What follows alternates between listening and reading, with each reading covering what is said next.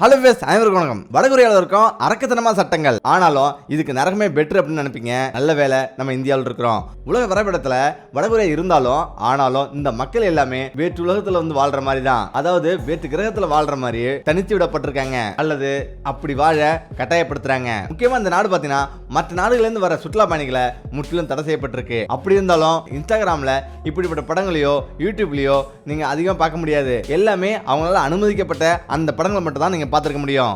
இன்னும் பல அதிர்ச்சியான தகவல் இருக்கு, வாங்க வீடியோக்கு போலாம். சர்வதிகாரியின் ஆட்சியின் கீழ் இருக்கிற இந்த நாட்டுல பயங்கரமான சட்டங்கள் இருப்பதுல நம்ம ஆச்சரியப்படுவதற்கில்ல.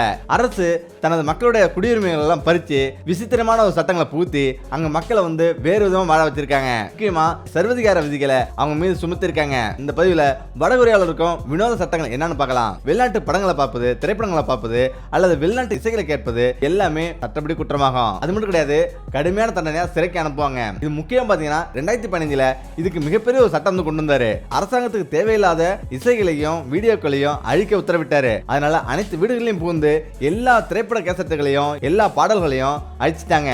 இதுக்கு பிறகுதான் இந்த சட்டமே அமலுக்கு வந்தது. இதுக்கு மேல யாராவது இதை வச்சிருந்தாலோ இல்ல யாராவது கேட்டாலோ மிகப்பெரிய தண்டனைக்கு உள்ளாக்கப்படுவாங்க அப்படின்னு சட்டத்தை மாத்தினாங்க. ஒருபடி மேல போயிட்டு அமெரிக்க படங்களை பார்ப்பதோ அல்லது ஆபாச படங்களை பார்ப்பதோ இது சட்டப்படி குற்றமாகும். இதை கண்டுபிடிச்சிட்டாங்கன்னா உடனடியா மரண தண்டனை நிறைவேற்றப்படும். வடகொரியாவில் 3 டிவி சேனல் மட்டும்தான் இருக்கு. இது அனைத்துமே அரசோட கட்டுப்பாட்டுல வந்து இருக்குது. அரசு தான் வச்சு நடத்துது. இதுதான் சங்கீதம் பண்ணாலும் இதுல முற்றிலுமே அரசோட காவியம் தான் ஓடும். முக்கியம் பார்த்தீங்கன்னா இன்டர்நேஷனல் கால் செய்வது குற்றம். வடகொரிய குடிமக்கள் வந்து சர்வதேச அழைப்புகளை ஏற்கக்கூடாது, பேசக்கூடாது. அப்படி பேசினா அது குற்றமாகும். இதுல முக்கியம் பார்த்தீங்கன்னா இந்த அறிக்கையின்படி 2007 ஆண்டுல ஒரு வடகொரிய தொழிற்சாலை முதலாளி ஒரு தொழிற்சாலையோட அடித்தளத்தில் நிறுவிய 13 தொலைபேசிகள்ல சர்வதேச அழைப்புகள் வந்துட்டு இருக்கு. சர்வதேச அழைப்புகள் வந்ததாகவும் சர்வதேச அழைப்புகளை செஞ்சதாகவும் பேசியதாகவும் குற்றம் சாட்டப்பட்டு 1,50,000 பேர் முன்னாடி அவரை துப்பாக்கியால சுட்டு மரண தண்டனை கொடுத்தாங்க. இதை விட கொடுமை என்னன்னா அதிபர் முன் தூங்கக்கூடாது. வடகொரிய அதிபர் கிம் ஜாங் உடனான சந்திப்பும் போது அவருடைய மீட்டிங் போது தூங்குவது தலைவருக்கு விசுவாசமற்றதா கருதப்படுது. மேலும் இது மரண தண்டனைக்கு வழிவகுக்கப்படும். அறிக்கையின்படி 2015 ஆண்டு இதே போல ஒரு நிகழ்வு நடந்தது. வடகொரியாவின் பாதுகாப்பு அமைச்சர் ஹியோனு கிம் ஜாங் முன்னிலையில தூங்குவது போன்ற நடத்திக்காக 100 பேர் முன்னிலையில சுட்டுக் கொல்லப்பட்டாரு. அதை விட கொடுமை என்னன்னா 3 தலைமுறைக்கு சிறை தண்டனை. வடகொரியாவில் யாராவது குற்றம் செய்தவர் மட்டும் கிடையாது, தாத்தா, பாட்டி, தாய், தந்தை மற்றும் குழந்தைகள் அப்படின்னு எல்லாரையும் பிடிச்சி சிறையில் தள்ளுவாங்க. இது முக்கிய காரணம், அப்படி சிறையில் தள்ளினா கைதிகள் தப்பி செல்றதை தடுக்கிறதுக்காக தான் இப்படி ஒரு தண்டனை சொல்றாங்க. அதுக்காக உருவாக்கப்பட்டதுதான் இந்த பயங்கர சட்டம். இன்னும் கொடுமையான ஒரு விஷயம் என்னன்னா அரசாங்க விதிப்படி தான் முடிவெட்ட வேண்டும். அனைத்து ஆண்களும் பெண்களும் அரசாங்கத்தால் அங்கீகரிக்கப்பட்ட 28 முடிவெட்டுகள்ல ஒண்ணுதான் தேர்ந்தெடுக்கணும். பெண்களுக்கு 18, ஆண்களுக்கு 10. மற்ற சிகை அலங்காரம் அனைத்துமே தடை செய்யப்பட்டிருக்கு. வடகொரிய அதிபர் கிம் ஜாங் உன் இந்த சட்டத்தை 2013 நிறைவேற்றினாரு, அறிமுகப்படுத்தினாரு.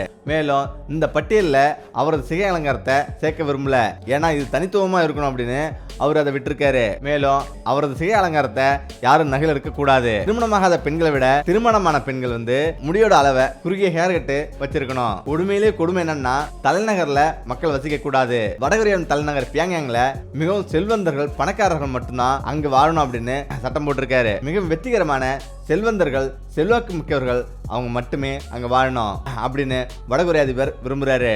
முக்கியம் பாத்தீங்கன்னா மக்கள் இந்த தலைநகர்ல வாழ அரசிடமிருந்து அனுமதியை பெற்றிருக்கணும். இது எல்லாத்தையும் தாண்டி பைபிள் தடை செய்யப்பட்டிருக்கு. முக்கியமா வடகொரியாவில் பைபிள் மேற்கத்திய கலாச்சாரத்தின் அடையாளமா பார்க்கப்படுது. எனவேதான் அது மக்களை மாற்றும் அப்படின்றதால தடை செய்யப்பட்டிருக்கு. முக்கியமா பைபிளை வித்து கொண்டிருந்த ஒரு பெண்ணை கைது செய்யப்பட்டு தூக்கிலிட்டாங்க. அதே போல 2014 வடகொரியாவுக்கு சுற்றுலா சென்ற ஒரு பயணி தான் அமெரிக்க குடிமகன் ஜெப்ரி போல். சொங்ஜிங் கிளப்பில் உள்ள அந்த உணவகத்தோட குளியலறையில பைபிளை மறந்து வச்சுட்டு போனதால அவர் கைது செய்யப்பட்டு 5 மாதம் சிறையில் அடைக்கப்பட்டாரு. பயணிகளுக்கான விதிமுறை: நீங்க ஒரு சுற்றுலா பயணியா வடகொரியாவுக்கு சென்றா உங்களுடைய இசை, படங்கள், புத்தகம் அப்படின்னு ஒவ்வொரு பகுதியா பிரிச்சு உங்களை ஆய்வு பண்ணுவாங்க. அனைத்து செய்திகளுமே ஏர்போர்ட்ல சோதனை செஞ்சுட்டு அதுக்கு பிறகுதான் அனுமதிக்கப்படுவாங்க. முக்கியமா சிறை முகாம். சுமார் 2 லட்சம் வடகொரியர்கள் வந்து முகாம்ல வந்து அடைக்கப்பட்டுள்ளதா சொல்லப்படுது. முக்கியமா அவங்க அனைவருமே அரசியல் குற்றவாளிகள் அப்படின்னு சொல்லப்படுது. அதாவது ஒருவர் அரசியல் குற்றம் செஞ்சா அவரது குடும்பமே சிறைக்கு அனுப்பப்படுவாங்க. ஒரு கைதி தப்பிக்க முடிஞ்சா அவரது முழு குடும்பமே சுட்டுக் கொல்லப்படுவாங்க. அது மட்டும் கிடையாது, இந்த சிறை முகாம்ல 40% பேர் ஊட்டச்சத்து குறைபாட்டால இறக்குறாங்களாம். இதை விட ஒரு கொடுமையான விஷயம் என்னன்னா தனித்துவமான காலண்டர். உலகில் உள்ள பிற பகுதியில் உள்ள நாட்காட்டியை விட கலண்டரை விட கொரியாவில் ஜூச்சே நாட்காட்டி அப்படின்னு ஒரு நாட்காட்டி இருக்குது. இது அவர்களது அன்பான புரட்சி தலைவர். அந்த நாட்டில் வருஷம் பிறந்ததே அவருடைய அன்பான புரட்சி தலைவர் கிம் சுங்கின் பிறந்த தேதி ஏப்ரல் 15, 1912 இதுல இருந்து தான் தொடங்குது. முக்கியம் பார்த்தீங்கன்னா நாட்டை விட்டு வெளியேறக்கூடாது. இப்படி கடுமையான சட்டங்கள் உள்ள இந்த வடகொரியாவில் ஏன் தப்பி ஓடுறதில்ல அப்படின்னு நீங்க கேள்வி கேட்கலாம், நீங்க ஆச்சரியப்படலாம். அவங்க விரும்பினாலும் அது நடக்காது. ஏன்னா வடகொரிய மக்கள் வெளில தப்பி போறது தடை செய்யப்பட்டிருக்கு. எந்த ஒரு வடகொரிய குடிமகனும் நாட்டை விட்டு வெளியேறுவது தடை செய்யப்பட்டிருக்கு. மேலும் அதிகாரப்பூர்வமான ஆவணம் எதுவும் இல்லாம எல்லையை கடந்தாலோ எல்லையை தொட்டாலோ அவங்க சுடப்படுவாங்க. கிம்மின் சர்வதிகார ஆட்சியிலிருந்து தப்பிக்க நினைக்கிறவங்களுக்கு, முயற்சி செய்பவங்களுக்கு மிக கடுமையான தண்டனை காத்திருக்கும். அதாவது நிச்சயம் அது மரண தண்டனை தான். இதெல்லாம் தாண்டி சுற்றுலா பயணிகளுக்கான விதிமுறை. வடகொரிய நாட்டில் நுழைய எந்த ஒரு பயணியும் அந்த நாட்டு அரசாங்கத்தால கண்காணிக்கப்பட்டு கொண்டே இருப்பாங்க. பயணம் முழுவதும் உன்னிப்பா கண்காணிக்கப்படுவாங்க. முக்கியமா ஒவ்வொரு சுற்றுலா பயணிக்கும் ஒருவர் நியமிக்கப்படுவாரு. அவரு பயணம் முழுவதும் அவர் கூட செல்வாரு. யாராவது தங்கள் குழுவை விட்டு வெளியேறினாலோ அல்லது உள்ளூர் மக்களுடன் பேச முயன்றாலோ அவங்க கை செய்யப்படுவாங்க. இதோட சுற்றுலா பயணிகள் குறிப்பிட்ட இடங்களுக்கு, சில வழித்தடங்களுக்கு மட்டும்தான் அழைத்து செல்லப்படுவாங்க. எல்லா இடங்களையும் சுற்றி காட்ட மாட்டாங்க. முக்கியமா ராணுவ சேவை. அனைத்து வடகொரியர்களுக்கும் கட்டாய ராணுவ சேவை இருக்கணும். ராணுவ சேவை கட்டாயமாக்கப்பட்டிருக்கு. ஆண்களுக்கு 10 ஆண்டுகளும் பெண்களுக்கு 7 ஆண்டுகளும் கட்டாயமாக ராணுவத்தில் சேவை செய்யணும். ஓகே, இந்த வீடியோ பிடிச்சிருக்கேன் நினைக்கிறேன். அடுத்த வீடியோ சந்திப்போம். நன்றி, வணக்கம்.